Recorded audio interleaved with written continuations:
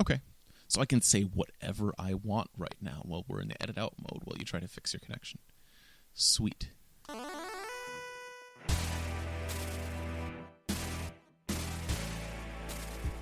Hello, everyone, and welcome to the Superhero Ethics Podcast. I'm Jacob Milicic, I'm one of your hosts, and today we've got something a little bit different for you, where we're going a little bit outside of our normal production to bring you a topic about a piece of media that is not moving, it is not a moving picture, it is, in fact, a novel, or at least the basis for our discussion will be The Way of Kings by Brandon Sanderson. Another thing that we are doing today that is quite different from every episode prior to this point is we regrettably are without Matthew Westfox. He cannot make it to this recording today. However, I am joined by a good friend of mine, a listener of the show, and somebody who introduced me to Brandon Sanderson as an author and Way of Kings, the Stormlight Archive series in general. Today we are joined by Rob McKenzie. Rob, introduce yourself. How's it going? Going pretty well, Jacob. So, my name is Rob McKenzie, and you may know me. I record sometimes as a guest with another podcast, Magic the Amateuring. I'm a level 3 magic judge, and I'm regional coordinator for the USA North region in the judge program, and I read a lot of science fiction and fantasy, and watch a lot of science fiction and fantasy, and voting member of the I vote at Worldcon when I remember. And so I vote for the Hugos every year, and I read a whole bunch of random stuff all over. I tend to be more science fiction literature focused than I am television focused. Yeah, Rob is one of the most well-read people I am familiar with, especially in terms of sci-fi fantasy. And he's, at least in my experience, there's very good taste there. And one of the things we really wanted to dig in with Way of Kings specifically is that there are some themes that show up in this book that I feel are universal. We see them commonly in other forms of media that we talk about on this show, but they aren't handled in quite the same way. Some of that has to do with the media, but some of it just has to do with the fact that Way of Kings is actually, at least for me, very novel in terms of the epic fantasy genre, at least for me. And I haven't read a ton of epic fantasy because it's very hit or miss for me, but in this I haven't read anything that's quite like the kind of world that Sanderson is building. um, and Rob, do you feel the same way, or do you actually think there are some reasonable parallels with other authors? So I would contend that in a lot of ways, Brandon Sanderson isn't a fantasy author. He's going to tell you that he writes both fantasy and science fiction, and I don't think he writes a lot of actual traditional fantasy. He writes a lot of science fiction. His worlds are very, very heavily structured. They have rules, and he has a lot of heroes that tend to be magical scientists, basically, because they can understand the magic system as a set of logical rules within it, and that's what his world building is based on. And he has all sorts of personal internal rules for how he writes. He's also, unlike a lot of authors, if you look at a lot of authors, they did something else and then they took that and they applied it to writing. Brandon Sanderson just always wanted to write novels, and he currently has a master's in creative writing, and he teaches at Brigham Young University in creative writing. And so he really understands writing. So let's dig into why we wanted to talk about this. So one of the big things we wanted to bring up about the world specifically, and one of the interesting sort of more ethical questions, are posed by these at first presented to us as potentially fictional figures of the Knights Radiant. So, Rob, if you could go into who are the Knights Radiant? Okay. What do they represent, and why do we want to talk about them? So, the Knights Radiant they're not a traditional Earth Order of Knights. Usually, traditional Earth Order of Knights is a top-down hierarchical structure for a particular purpose. The Knights Radiant are, because it's a magical universe, bound by magical oaths, and they're the magic users of their world. I'm going to do a really brief rundown of Roshar, the world that these books are set on, that the Stormlight Archives are on. And what it boils down to is there are magical storms that sweep the world regularly. Everything's set on stone. There's not a lot of dirt anywhere, as in dirt's weird. And the Knights Radiant were a set of magic users that existed in the past, and nobody's had access to their powers for about 1,000 years. There were a set of cataclysms called desolations that happened in the past, and the Knights Radiant were tied up with dealing with those regular cataclysms. They were regular enough where they aren't numbered.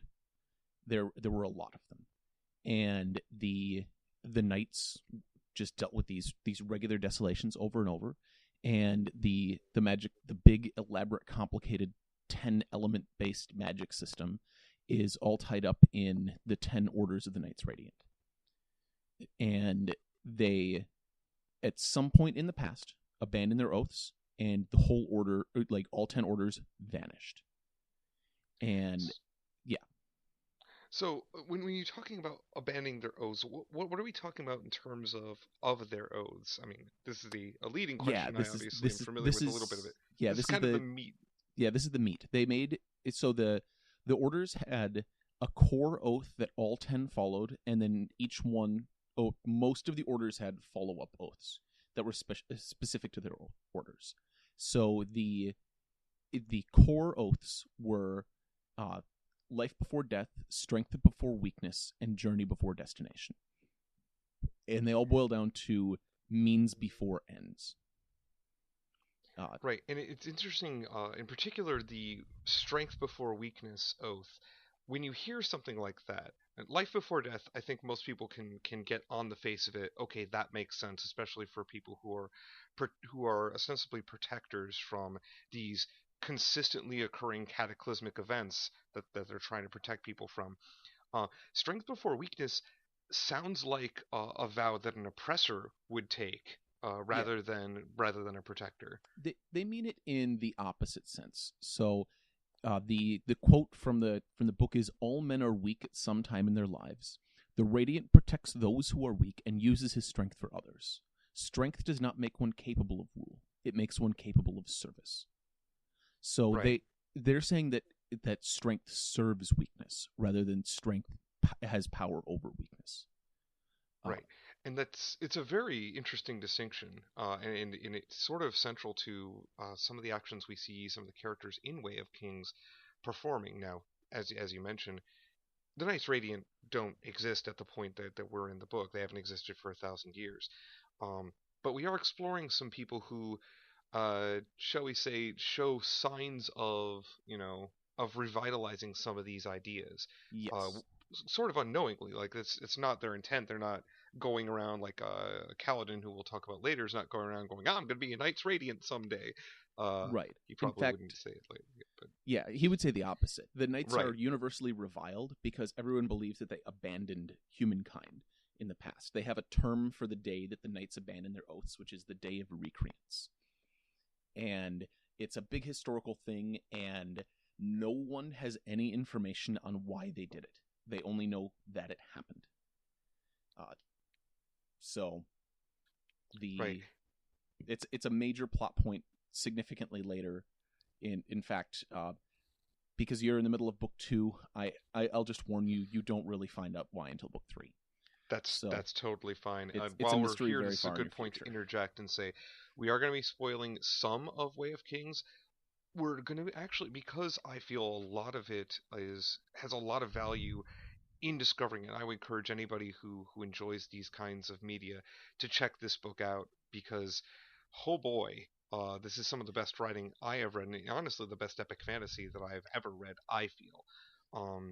Probably because there's a sci-fi bent to it and a logical ordering behind it, but also just the characters, the world, it's so very rich, and there are a lot of these really morally problematic situations that you can really sink your teeth into and agonize and torture yourself over, particularly when we get to the actions of certain people in positions of power. Yeah. So I also want to call out Brandon Sanderson, because part of the reason that you think that it's so well structured and organized is this is the 3rd time he's written these books. Like he wrote them and then he was like, I didn't like them very much, and so he then did a second pass during his masters, and then he's coming back now with multiple years under his belt as an author, and I'm taking a third found a way to tell the story right. Yeah, pretty much. Right. So we talked about life before death, strength before weakness. The last one you said was journey before destination. Yes. Which and then you immediately said these are all means before ends. Yes. Which in that same kind of sense that if if you get to a place, so journey before destination is if you get to a place, um, but the way you got there, if you achieved your objective, however noble it was, if the way you got there was a problem, then you did nothing. Yes. You did nothing good. You just did a world of bad.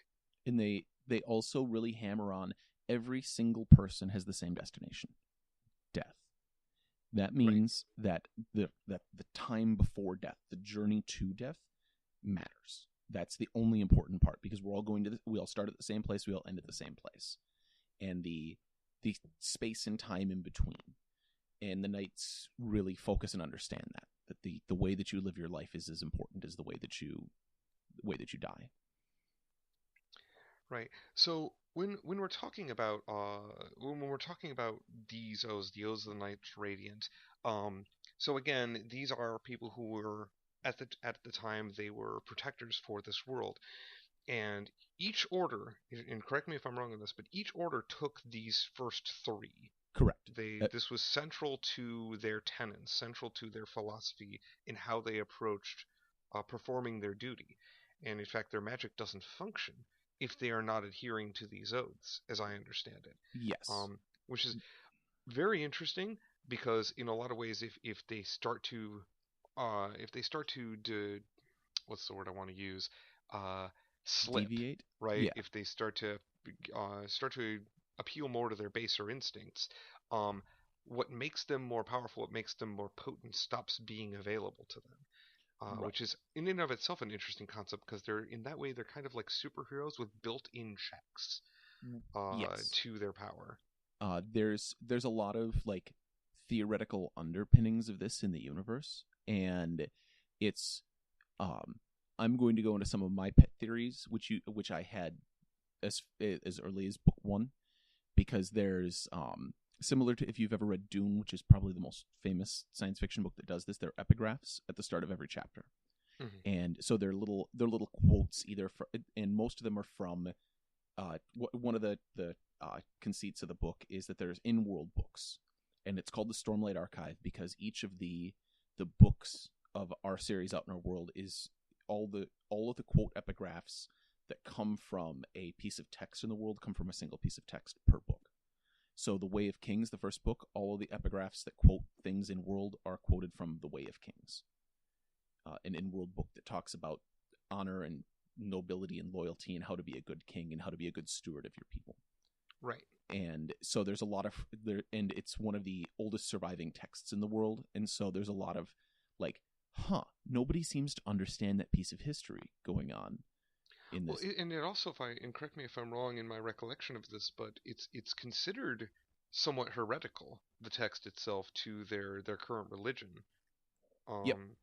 Right, because Dalinar, one of the characters, we're going to get into the characters shortly because they're part of the exploration of this overall theme of honor and of oaths and of having to bind yourself to an ideal greater than you in order to achieve something.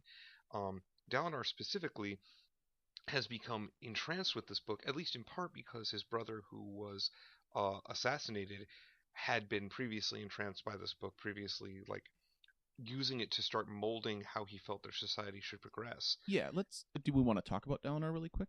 Yeah, let's go ahead and dive into Dalinar a little bit. Yeah, I'm gonna introduce Dalinar. Dalinar as a character he's my favorite character. So I'm gonna come across as really, really loving Dalinar.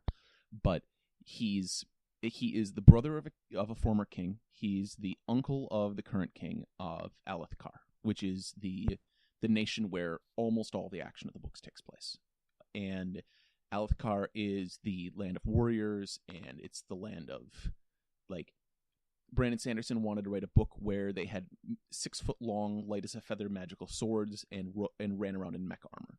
And so he built a world where magical mech armor was a thing. And so they wear this shard plate that's very tough and makes you super strong, and they wield shard blades, which can cut through anything as magical swords. And Dalinar is their structure, their organizational structures. There's a king, and then there's the 10 different districts or regions have a high prince that's in charge of them.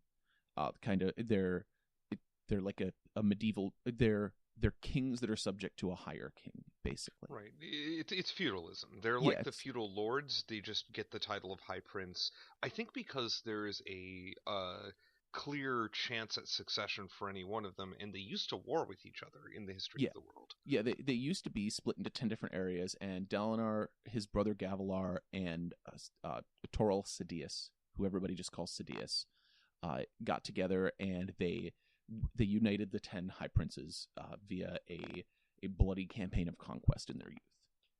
And Dalinar, they had 3 roles. Sidious was the sneaky one who made elaborate political plans. Gavilar was the big idea guy and the point man and the leader and the one who was the high prince and would be king someday. And Dalinar was the sword. Dalinar is the greatest warrior in the world. They fear him. He doesn't get out into combat much, but they call him the Blackthorn, and fear of him coming out and single-handedly defeating a substantial percentage of an army is not unheard of. He is the best man with shard plate and shard blades in the world. And Gavilar, his brother, after they united the kingdom, started reading Way of Kings and decided that he wanted to be, instead of a bloody conqueror, a noble and good king who built a kingdom that would be honorable and last. And then Gavilar got assassinated. That's not a spoiler because it happens in it's very early. It's like the second chapter. Gavilar is not on stage during this book. And then the crown passed to his son, Elhokar, and Dalinar and Sidious swore that they would defend Elhokar's throne, and they have. They launched a bloody war. They also swore revenge on the people responsible for the assassination, who are not human, by the way.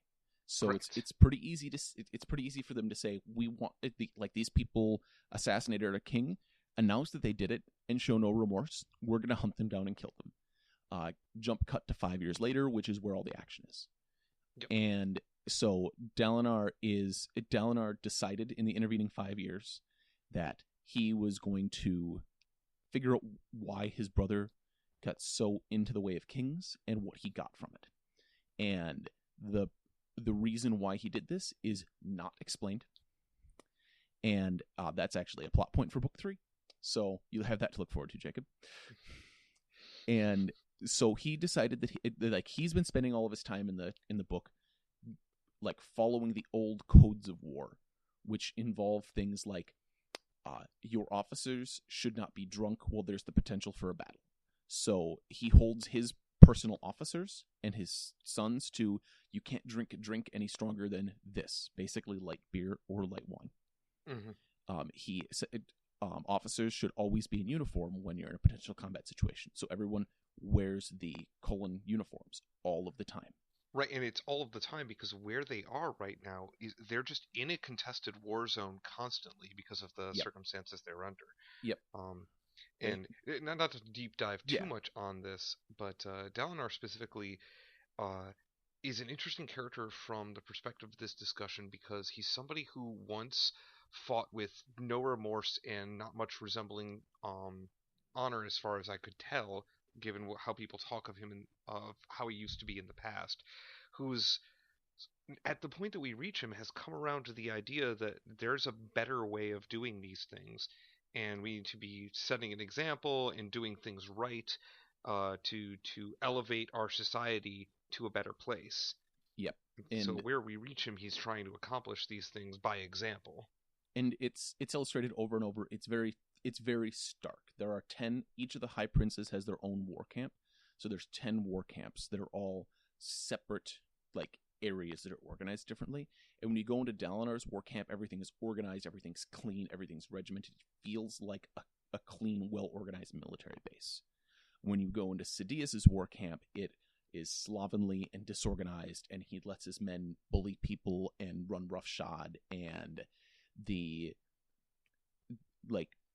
just everything, each of the characters of the 10 High Princes actually comes out in their war camp during scenes when you go into their camps. Right. Sidious's is the most incredibly pragmatic, incredibly savage environment, because that's how Sidious gets things done. He follows the rule of the strong should lead and rule, and thus suppressing the people beneath you and then watching the strong cream rise out is how you get effective people out of an organization, which is a very different philosophy of leadership and honor than Dalinar's, which is support your people, have good, strong, clean organization, and instead of pushing people down and watching the cream rise out, it's raise the cream up, figure out who's good, and then promote them. Right, and it can come from anywhere. That's a bit of a spoiler, but we'll just say Dalinar shows a capacity for acknowledging quality regardless of people's station. This is a very hierarchical society. One of the things that is interesting about this series as well is that we are dealing with a society most of the time that has a clear caste system, and it kind of goes from the nobility, who are the Light Eyes. That term is not used in anything other than a literal sense, as far as I can tell. Is Correct. that people with light-colored eyes, they're noble, and Yep. so they're in the Alethi society. They're viewed as such. We have the Dark Eyes, who are kind of like the middle class, in that they get stomped around by people, but are still they're still presumed to know things, and they have some agency in their lives. And then there are like literal slaves, both The, in the form of the Parshmen, who that's another topic, but they're the people who aren't human that serve, but then they're also just straight up human slaves that are treated like essentially trash. yeah, and so to give you an idea of how ordered and regimented the society is, by my estimation, there's 42 castes. Oh, you're Because talking about the levels of dawn and stuff. there's 10 dons of bright eyes, there's 10 nons of dark eyes, and men and women are treated very differently. There's actually rules for how men and women behave in the society that are in jobs. Women can be scientists. Women know how to read. Men do not learn how to read. Right. Men It's men considered build things. very Men farm. socially. Men fight. Sorry, say that again.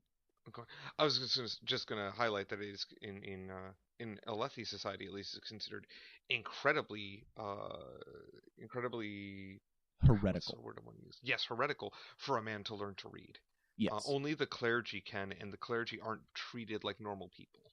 Yes. The clergy are the so there's 10 dons of light eyes, 10 nons of dark eyes, and each one has men and women within each one that are segmented, so I feel like they're separate from each other. And then there's the slaves down at the very bottom, and then off to the side there's the priests that are just different from everybody else, but they're all slaves. They're owned by a bright-eyed lord. Right. So the reason why I bring up this heavily regimented society is that Dalinar shows capacity for seeing people from the very lowest rank, the very bottom stations of this very hierarchical, very stratified society, and seeing this is somebody who is a quality person who needs to be elevated, and so I'm going to make that happen. And I like it's very rare we see characters in this world doing that. And it's interesting because I'm having a hard time coming up with a parallel to other media that I digest where we see characters like that, where one of their strengths, at least in my opinion, is the ability to see the capacity for greatness in others. I guess technically So speaking, you could argue like Star Wars. yeah, so I would actually contend that a lot of character-driven science fiction does this a bit.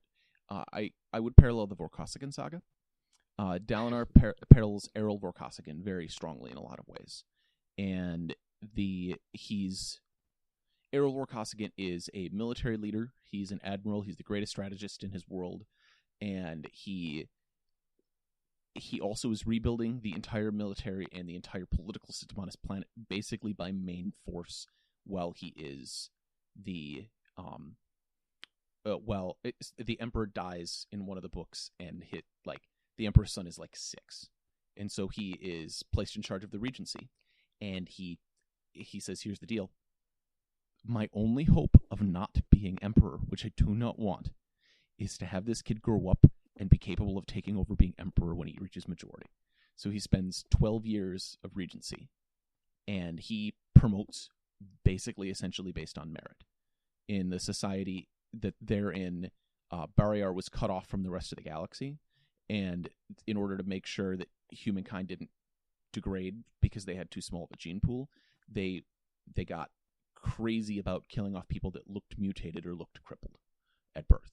And so having somebody who's physically deformed is just, it's taboo. And his so it's a very similar parallel. Yeah, it's a I really see similar where parallel. Yeah, and his personal assistant and adjutant is a guy who basically took a nerve damage agent when defending his wife. And so he's crippled. He walks with a cane, and he doesn't have total control over a chunk of his body, like his leg and his arm. And so he's fine, he's functional, and in our society he would just be somebody who's got a little bit of an impairment. But in their society, he should be removed from the military, and he becomes an actual like high level commander because Errol pushes him through because he says, no, this guy is really smart and really good, and we don't want to waste talents like that. We don't have the resources to waste smart people. Right. So I guess there are other forms of media with that particular theme. So let's sort of shift away a little bit, getting back more onto the themes of the book that we wanted to talk about. Yeah. Which will shift us also to another character I really wanted to make sure we discussed. Because central to Dalinar's character is, I feel, this idea of honor, of holding oneself to a higher standard, which ties back to this ends before or means before ends idea, where Dalinar very much comports himself most of the time with the idea that it matters more how you get there than that you achieve your goal, and that if you didn't get there by correct means, it doesn't matter. Another character we encounter who sort of struggles with this because the situation he's put in is, to be charitable, dire, but still seems to have this sort of core tenet that prohibits him from taking actions that he otherwise would take. I'm talking about the character of Kaladin. Yeah. So some background on Kaladin, briefly if you can, but there's a lot there. So this is Kaladin's flashback book. Each of the books structurally also has a set of flashbacks from a single character. So this book has a lot of Kaladin in it because this has Kaladin's flashbacks about every fourth chapter or so. And Kaladin as a character, his current status is he's a slave. Slaves are branded on their forehead. His brand is a slave brand and also has an extra character on it that means dangerous. It generally means you're escaped and you killed somebody while escaping and were recaptured, but you probably had some kind of skill that made you valuable enough to keep as a slave anyways. Dalinar notes when they finally run into each other later, he's like, he is a Shah brand. He's a dangerous slave. He's clearly the leader of this group that he's in. And he is skilled in battlefield medicine and is a brilliant spear fighter. I've never seen anybody as good at the spear. How the heck did you learn all that? By accident, Kaladin tells him. Mm-hmm. Kaladin is cagey about his past, and his father was a doctor, raised him to be a doctor. He joined the military instead. His father is wonderful and taught him that basically the life before death part. You can't save people's lives by killing. And Kaladin disagrees with him. And that's part of why he went to join the military. And Kaladin is a wizard with a spear and is a wizard with people. It's mentioned on the back of the book, so he is going to be a Windrunner. And the Windrunners as an order embody protection and leadership are their main characteristics. And he actually speaks the next ideal, the second ideal of the Windrunners, late in the book. And then he gets to speak other ideals that I'm not I don't know, how much spoiling do you want about what the ideals are for the future, Jake? I would rather not. I would rather not. Both because if any of our if any of our listeners want to dig into this, I'd rather not spoil them on it, and I'd also rather not spoil myself. Um, Okay. so with Kaladin, it's interesting because he's as you mentioned, he's sort of a focal point for the book. We get a lot of his backstory in Way of Kings, and it's interesting as he's developing. You see the different points in his life where he's unknowingly taken these oaths, right? These oaths of the Knights Radiant, Right. either because they were taught to him, instilled in him by his mentors, or because he's, in the case I feel of strength before weakness, because he's put in a position like he is with Bridge 4, where he feels that there is a grave injustice being done, and if nobody else is going to stand and protect the lives of these men who are not given any agency for caring for themselves, then he's going to take it upon himself to do that. It's one of the most heroic things he does in the entire Yeah. book. I actually think that his turning point of strength before weakness is watching his brother die. When his brother, the weakest point in the army, is put in the front, specifically to distract and break it. Like 3 untrained young kids are put in front specifically to break a charge, so that the momentum is down, so that the other spearmen can deal with them. The weak are sacrificed to protect the strong, and he rejects that. Right, which is actually the purpose behind the bridge crews themselves. Yes. A circumstance he ends up in, and the bridge crews are definitely a topic we should talk about because, yes, boy howdy, there is some morally problematic territory to explore. They're very much so. So the physical structure of the way that they're fighting is, it's a set of plateaus that they call the Shattered Plains. It looks like somebody took a dinner plate and dropped it, and it broke into pieces, except that it's huge. It is several miles across, is on the order of 60. Right, and the dividing points between these plateaus are giant chasms, right? Because we're talking, you take that shattered plate and you scale it up, including the distance between the plates, the pieces. Yes, and so to cross, you need to put down bridges. And close to the war camps, they have permanent bridges because they can protect them. But you can only protect so much territory this way, because if somebody does manage to destroy one of your bridges, set fire to it, then you're trapped and you can't get back. Right, and keep in mind, their enemies don't need to have bridges.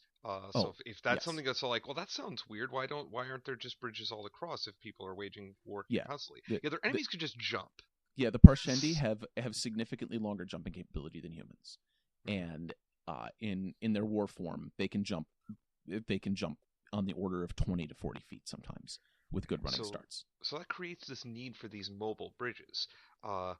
The way that they are utilized varies from High Prince to High Prince. Yes. Dalinar's, to give the good guy stance, basically, Dalinar has armored bridges that are pulled by beasts of burden that are also armored, and they are engineering marvels. They crank down and fold out to cross a chasm, and they are very slow. But they're also safe. You don't lose your engineers, you don't lose your bridge operators in attacks and assaults. Sidious so the whole structure of how they're getting into these combats and why it's taken 5 years to deal with the Parshendi here is they've never gotten to the center of the Shattered Plains. The Parshendi live somewhere in the middle of the plains, and they don't have a map that takes them across the chasms. They have to figure it all out. And so the Parshendi are somewhere in there. The princes are all camped at one side of the Shattered Plains, and they've been fighting for resources. And I mentioned Roshar is a world all of stone, and now I'm going to talk about food supply and logistics because that's incredibly moral. But they do have magic users, magic scientists. They use a thing called a fabrial, and there's no explanation of how it works other than somebody uses the fabrial to soul cast, which changes one substance into another. They transmute things. But they need gemstones to power the fabrials. Right. Well, and when we're talking about transmuting, we're talking about they're using in some cases these resources, these stones or high lattice gems to make food. Yep. And so they don't have a supply train going back home. They aren't growing food there. They're just changing stone, they're just changing a pile of rocks into grain. Mm-hmm. And so what they do then is they hike out across the shattered plains, and there's these giant, humongous, colossal crustaceans that have grown giant gemstones in their hearts. They're called gem hearts, and they settle down to pupate on a plateau, and the armies race to get there because the Parshendi also soul cast the same way. Mm-hmm. And so what they're doing is contesting for the resources to make food. But both sides have enough of a buffer of gemstones, and both sides have enough other resources that they can just grind each other down for years on end, contesting over gem hearts. And gem hearts are also money. So the High Princes are contesting for the gem heart prizes that keep their humongous war camps operating. Right. And so this is where Sidious, because it's sort of a competition between the High Princes over, the person with the most resources, the person who captures the most gem hearts from the Parshendi, they're the ones who get advanced, right? Their war camps grow, their power grows, their influence grows. Sidious decides that it is most practical to be as efficient as possible, making sure you can get to the gem hearts quickly, and to make sure that his forces, which honestly his army, his soldiers, are not really as good or as well trained as some of the others. Probably because he doesn't actually care that much about individual people. He cares far more about the big picture, I guess you could say.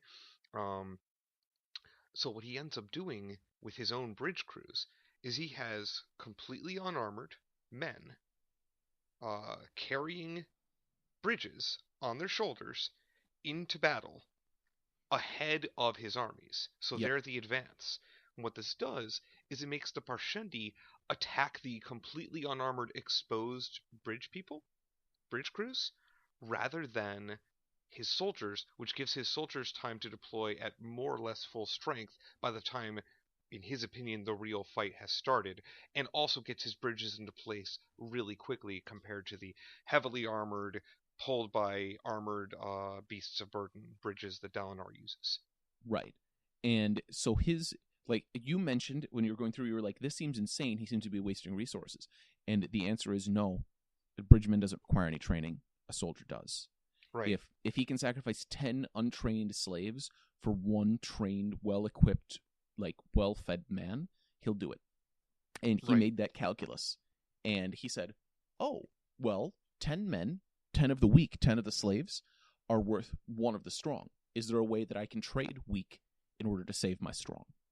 And so he chooses to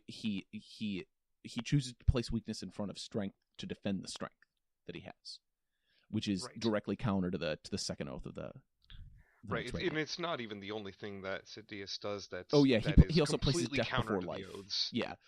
Sidious, if you take the 3 oaths and reverse them, that's his character. Right. He cares far more about concluding the war than he does about how you manage to do it. Right. And that made it, and that's why he's frustrated, is because he and Gavilar and Dalinar all used to be this way. They would assault a city and they would say, here's the deal. We can't starve you out because you have gems. So we're going to take a more direct tactic. We're going to take half of our army and we're going to start killing your countryside around you. All the people that you swore to defend, we're just going to kill them until those sections flip to us. And they're like, but that's not honorable. And they go, we don't care. We only care about winning. And that was, remarkably effective for them. It was terrifyingly effective for them. Right. And yeah. But it's obviously incredibly amoral and runs, again, counter to this ideology. And I think we can agree there's value in it apart from the idea of, well, I'll potentially get magic powers if I believe in these things. Because interesting point, Dalinar, at least so far in what I've read, so all throughout Way of Kings, Dalinar shows no evidence of ever getting any magic. He's getting these visions, which are a point I wish we had time to go into, but I don't think we do. But he doesn't actually his entire story arc in Way of Kings is actually just one of frustration, where he was an incredibly effective warrior trying to learn to be a diplomat and Yes. not doing a very good job at it. Yeah, if you look at it in a role playing game sense, he off screen before the book is like a max level fighter or warrior, and he decided to dump all of his class levels in order to start leveling in diplomat. When he goes out and takes the field, he's an unstoppable force, and he is so angry all the time that he can't just transfer those skills. Right. And So yeah, so getting back to the reason why we wanted to talk about the bridge crews specifically is this is where our hero Kaladin finds himself. yeah, As he's pushed around from slave master ends up here, which is really the worst position one could possibly be in, is being on one of these bridge crews in the Shattered Plains, working for Sidious' camp specifically. Um, and Kaladin yeah. has a So moment of despair. and on top of that, he is placed in Bridge 4, which is Right. the rejects, and it's the bridge crew the other bridge crews look down on. Right. It's the one with the highest mortality rate. It's the one that, it's as much as every bridge crew is considered a death sentence. Bridge 4 is considered like A you quick are death beyond sentence. hope. Yeah. Yeah. They rotate what days they go out. So bridge crews don't go out every day, which actually Kaladin, because he's got real military experience, he trained in under Meridus Amaram, who's back in Sidious's home territory, and trains people back home and ships them out. And he trained in that army, and he was trained competently through no fault of his commanding officers. But he's frustrated because the bridge crews aren't subject to any discipline. They don't train with the bridge every day. They don't train physically. They do runs, come back, and slouch around. Right. And because of that, everyone's exhausted after each pull, after each haul of the bridge from one plateau to another. Yep. And so everyone's just, collapsing each time, and it actually makes them more. He realizes it's going to make them more prone to dying, more prone to injury than if they were able to, be well trained and be effective and have responses to different stimuli built in. So some things he tries, some tactics he tries once he gets people on board, but he is dealing with people who have given up. Yes. And he almost gives up at one point as well, which is a pivotal point in the book, I feel. Yeah, and this is structurally parallel to honor as well. You do the right thing when it's easy over and over, so that you know how to automatically do the right thing when it's hard.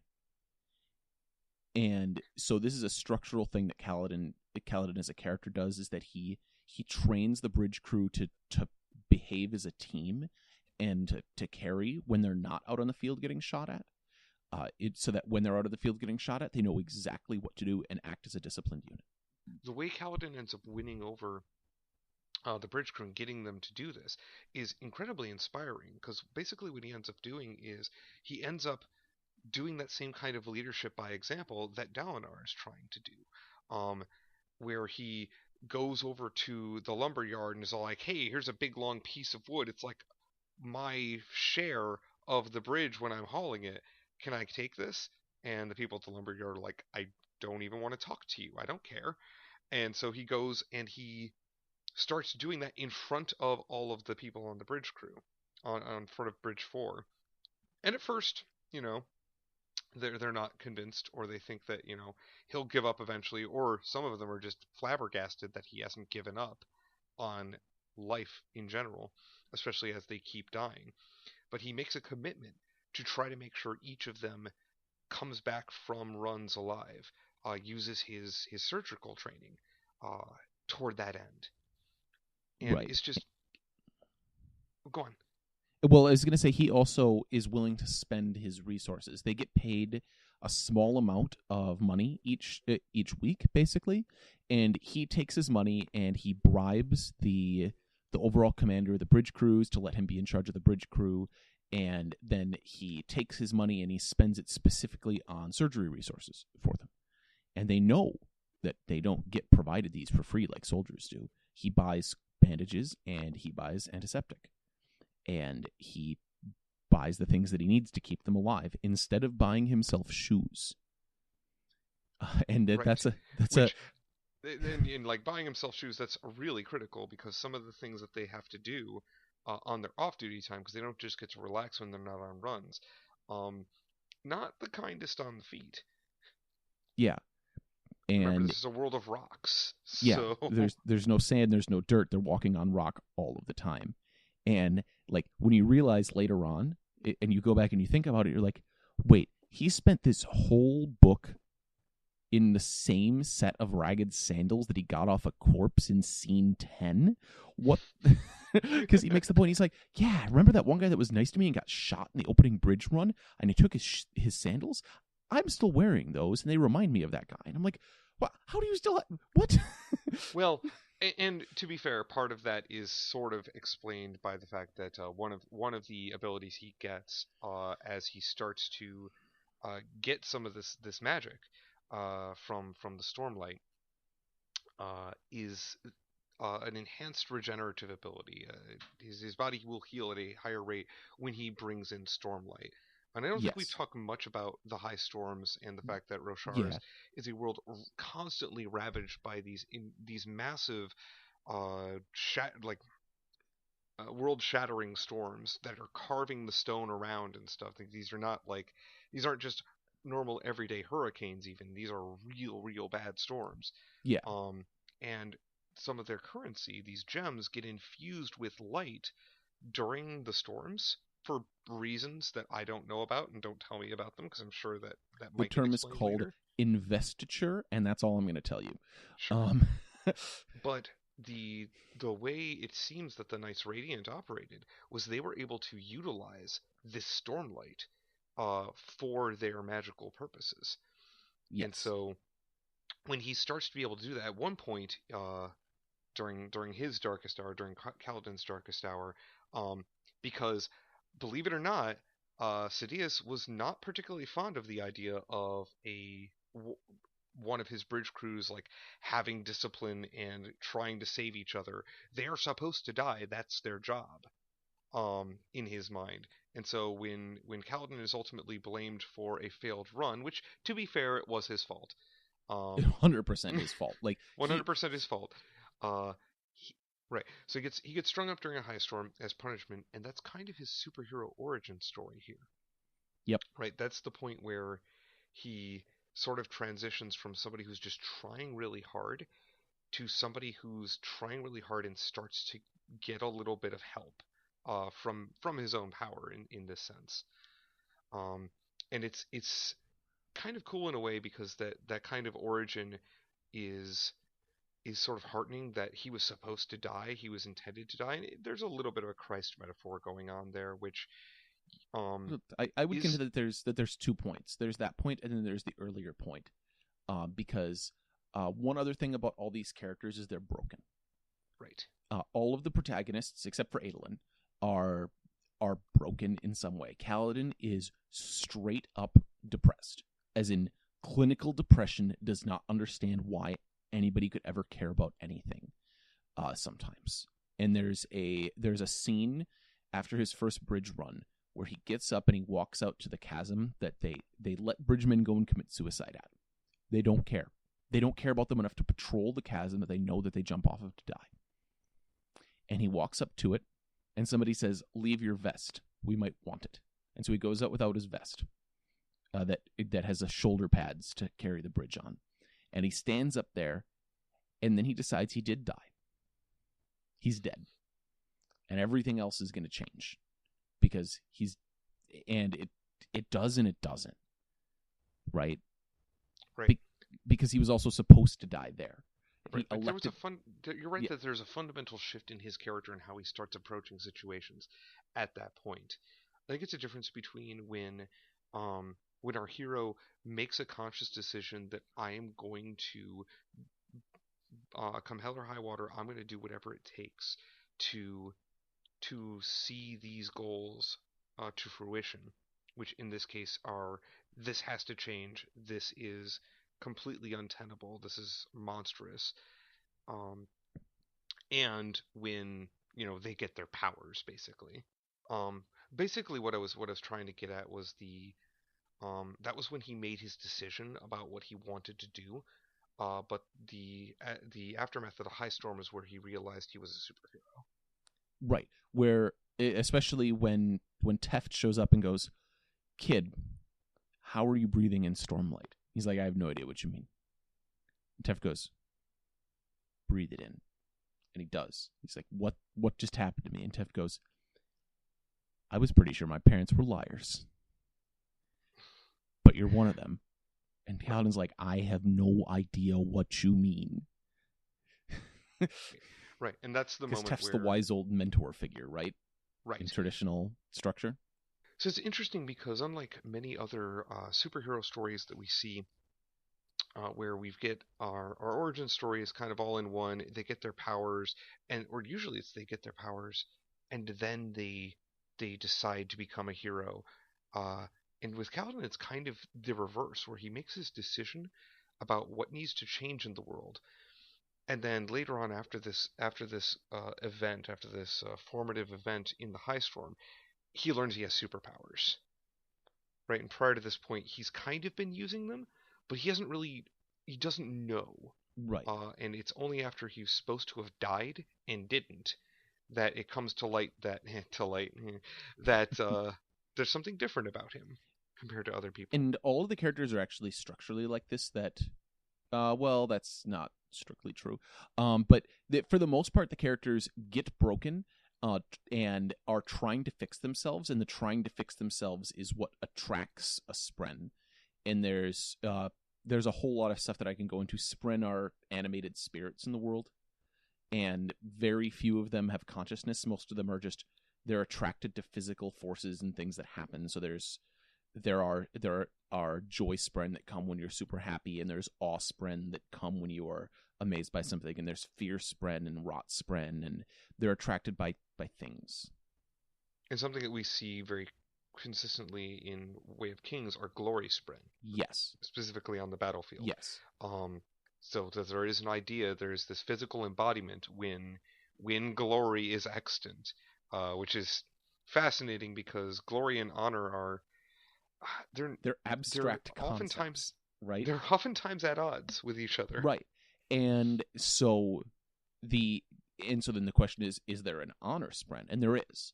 And because we're willing to spoil book 1, there's a Spren that hangs out with Kaladin all the time, and she can talk. And Kaladin's never encountered a Spren that can talk. And there apparently are castes within Spren that nobody knows about. And there are some Spren that can talk and are sentient. And they get that in the physical world, because there's like a spiritual realm where they live. There's a cognitive realm where they live. There's a spiritual realm which is distinct from that. But the Spren live in the cognitive realm, and they're alive and aware there. All the high Spren are. And then if they want to be alive and aware here, they have to bond with a human. And they pick up the sentience in our realm from the humans that they bond with. But in order to bond with them, the human must be broken in some way. Kaladin's depression. Dalinar has some problems, but he isn't bonded to a Spren. Shallan has a lot of problems, and Shallan's done a lot of betraying in her time, among other things. But not that she really wants to. That's the fascinating thing. I'm not convinced that she ever betrays anybody, but Kaladin will betray people, but Shallan won't. And Shallan has a Spren, and her Spren is other people derogatively call him a lie Spren, and she has an acquaintance with the truth in that she's heard of it. Right, she is familiar with this, and we don't actually. So I don't want to get into her Spren because it's for its radius. It's book 2. Yeah. That comes around. Yeah, but Shallan's story is very much about truth and lies. Yes. And so there's 10 Orders of the Knights, and by the end of Oathbringer, theoretically all 10 have come on stage, but in reality there are several where I'm just like, oh, I've heard of that order. I don't know anything about it. I don't like you don't like the oaths are all plot points. Like every oath that everybody takes for every order is a plot point. And so there's actually a character who has sworn a big stack of oaths. There's several characters that have sworn big stacks of oaths off stage, and they don't explain them to you. It's just like, oh, surprise, I was already a Knight Radiant. And you're like, I want another book with you. And getting onto the, we wanted to cover some points that Matthew had sent us on this, right? Yeah. Right. Correct. Transitioning back to because even though he's not with us, he's still trying to. Even though he's not with us, he still has some things he wants to make sure we cover. Yeah. Just before that, one point I wanted to get into is that what we're talking about these O's in the context of they're making these O's are central to this idea of honor, and they're making our heroes the people who do the right thing. Right. But it's interesting that did you have a? I'm just agreeing. Continue. Oh, okay. But there is a point, a pretty central plot point, where a character does something that is clearly highly amoral, and yet is not out of line as far as I can tell with any of those first 3 O's of the Knights Radiant, and therefore gets a complete pass from Syl, from the spread around our hero Kaladin. And that is, so at one point when they're scavenging some corpses, some fallen bodies, right? Yep.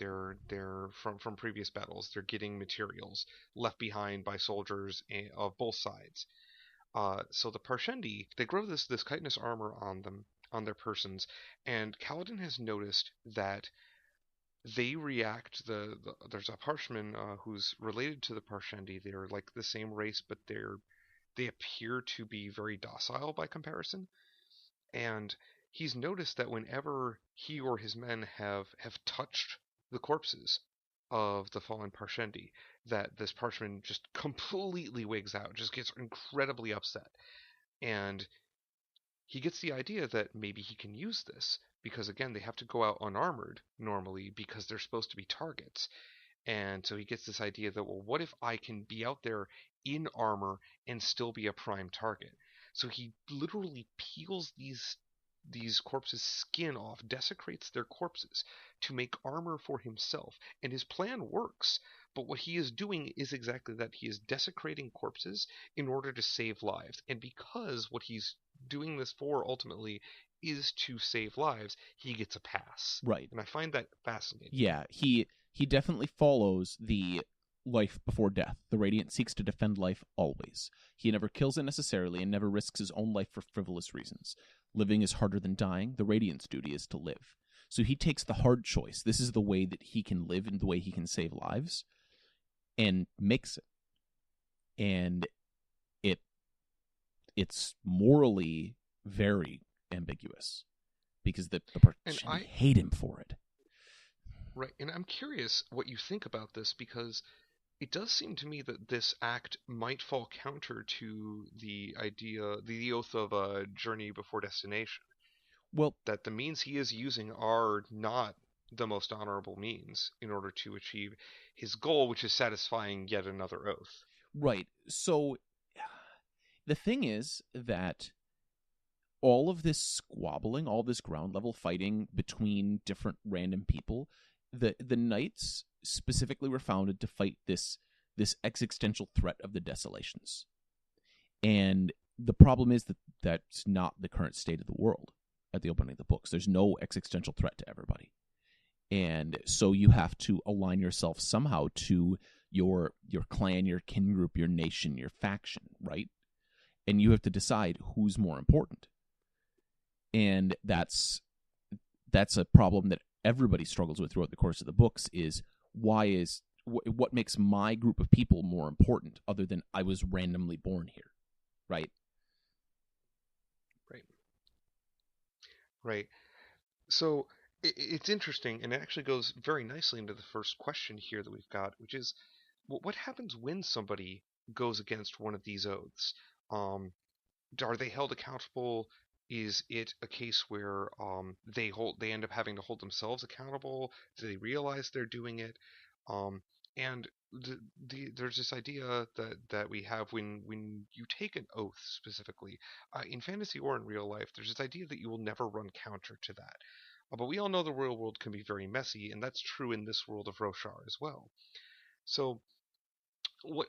How does the book treat that idea? So, I mean, we clearly know that the Knights Radiant historically broke their oaths. They deliberately ran counter to their oaths, and they stopped being Knights Radiant at some point in the past. That's the Day of Recreance, right? So somebody holds them accountable. The magic system is based on you swearing and meaning these oaths. And it's also based on you bonding a spren. And the spren, in a lot of ways, are the ultimate arbiters of whether or not you followed the oath. When I talked about Syl being an honor spren, if you do something that fundamentally conflicts with what she believes is honorable, then you're going to have a bad time. You're going to lose your capability to be a Knight Radiant, your capability to channel Stormlight, your capability to do all of the amazing things that being a knight gives you, and that arbitration. But and this gets into some of the theories and guesses, because this whole system is clearly artificial in some way. The connection of the spren to the powers to the oaths being an arbitrary built up structure, and I have fan theories and guesses that the bondsmiths actually did a lot of the plumbing work on this, and they're the ones who are ultimately the ones holding you accountable, as the ancient bondsmiths that did something to make this work. But that's right. We know nothing about it, and we can only speculate. It is interesting, though, because if we try to draw a parallel to the media that we usually talk about on this podcast, so I'm contractually obligated to mention one of the Netflix Marvel series on every episode. So in this case, I'm going to bring up Daredevil, and also from the DC Universe, Batman. These are two characters who have effectively taken an oath not to kill. Yep. But they're the only ones holding themselves accountable to that. Yeah, and they don't lose powers, except that they kind of do. There are very rare Batman storylines where he kills, and then mostly when he kills, he just stops being Batman. He gives it up. He can't deal with being Batman anymore, right? Right. And right. I love the DC animated universe from the late 90s, early 2000s. And have you watched Batman Beyond? Yes. Yeah. Love Batman Beyond. Right, but one of the backstory pieces to Batman Beyond is Bruce Wayne picks up a gun and shoots at a criminal, and then he sets down being Batman because he did something outside of what he considered to be acceptable for him to do as Batman, right? That's a great parallel, actually. That's very similar, only in this case it's, again, him himself who's taking his power away. Yeah. But it's the same kind of idea that, I am no longer Batman if I fail to follow this tenet I laid down for myself. Right.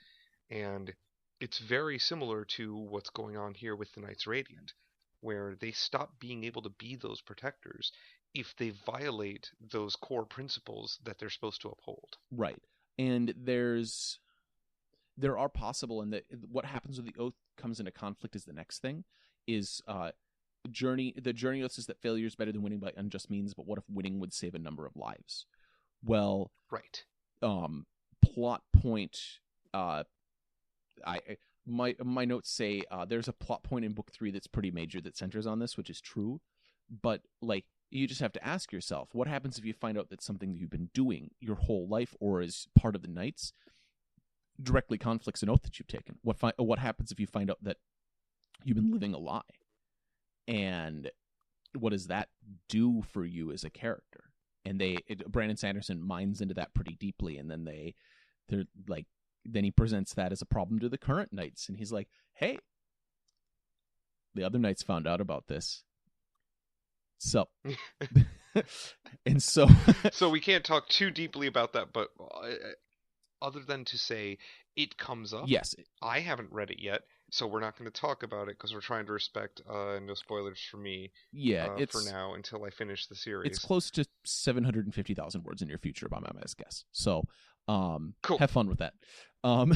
Seems good. uh, So but anyway, yeah, there's some parallels we can draw both to other fiction that we digest, but also to the real world, right? Specifically talking about some things that have been circulating the news, not recently, but a few months ago, there was a lot of talk about how the police should comport themselves in our country, for example, and what their role is in our society, and what they should be willing to subject themselves to or not, or what they can be criticized for or not. Um, and and it all center. Oh, go yeah, I ahead. was gonna say. So the thing that most people think is the core tenet of the police is to protect and serve, which is really just the LAPD. But that's like their core tenet, their core oath. We protect the public and we serve the public, right? Hmm. Which parallels these Knights Radiant oaths very strongly. Right.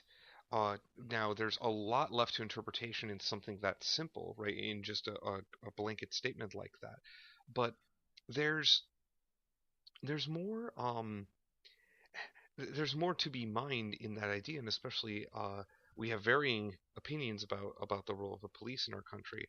But there's something that I think many of us would feel betrayed if we saw a police officer, for example, if we learn about a police officer doing things that are against what we consider to be their tenets, their roles. So we kind of have these protectors ourselves in a way societally, or look at our military as well, and what they're supposed to and not supposed to do. When we hear about our people, our military people torturing prisoners of war, for example, that directly contradicts what we expect them to be doing. This central idea in our society that whenever you're in a position to enact change, there's this implicit understanding that there's a set of core tenets you must adhere to about what you can and cannot do, and that is showing, and it shows up in our fiction, like here in Way of Kings with the Oaths of the Knights Radiant. Whenever you're supposed to be protecting, whenever you're supposed to be acting as a force for good, that must come part and parcel with some kind of code or set of ideals, because otherwise, if you don't have that, there's no compass, there's no guideline Right, for your activity. right.